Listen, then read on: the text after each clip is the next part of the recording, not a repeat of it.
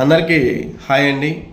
Welcome to Shri Subrahmanya Academy Navodaya Sainik RMS coaching centre, Vinjamuru, Nellore జిల్లా.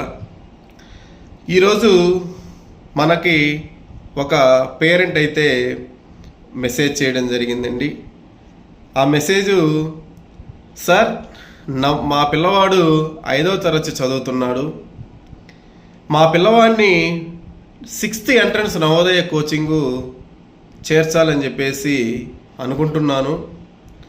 కానీ నాకు తెలిసిన ప్రకారం గవర్నమెంట్ స్కూల్లో చదివినటువంటి విద్యార్థులకి ఎక్కువ సీట్లు, ప్రైవేట్ స్కూల్లో చదివినటువంటి విద్యార్థులకి తక్కువ సీట్లు వస్తాయంట. అది నిజమేనా సార్ అని చెప్పి ఒక ప్రశ్న మనల్ని అడగడం జరిగింది.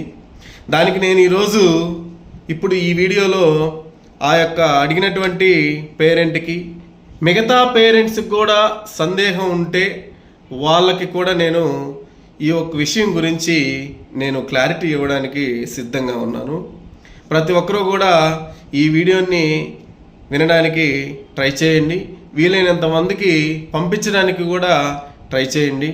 ఇది ఎంతగానో ప్రతి ఒక్కరికి కూడా ఉపయోగపడుతుంది. ప్రతి ఒక్కరిలో కొంతమందిలో ఉన్నటువంటి డౌటు కాబట్టి తెలుసుకోవడం మంచిది. నవోదయ ఎగ్జామ్ అనేది అర్బను, రూరలు అని.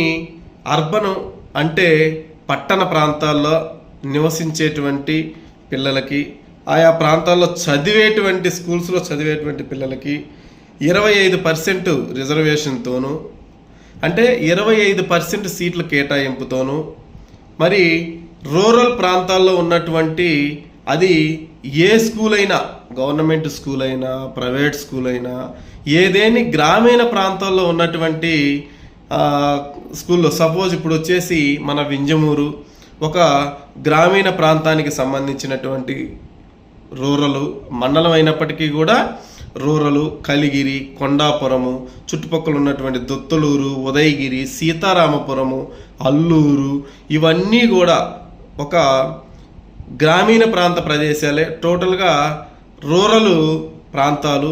ఈ యొక్క రూరల్ ప్రాంతాల్లో చదివేటువంటి విద్యార్థులకి ఆయా స్కూల్లో ఏ స్కూల్ అయినప్పటికీ కూడా మనకి ఏమి ఇబ్బంది లేదు. రూరల్ ప్రాంతాల్లో చదివేటువంటి విద్యార్థులకి 75%, అంటే మనకి మొత్తం మీద సంవత్సరానికి ఇచ్చేటువంటి నవోదయ సీట్లు 80 సీట్లు అయితే మనకి 60 సీట్లు గ్రామీణ ప్రాంతాల్లో రూరల్లో చదివేటువంటి విద్యార్థులకి కేటాయిస్తారు.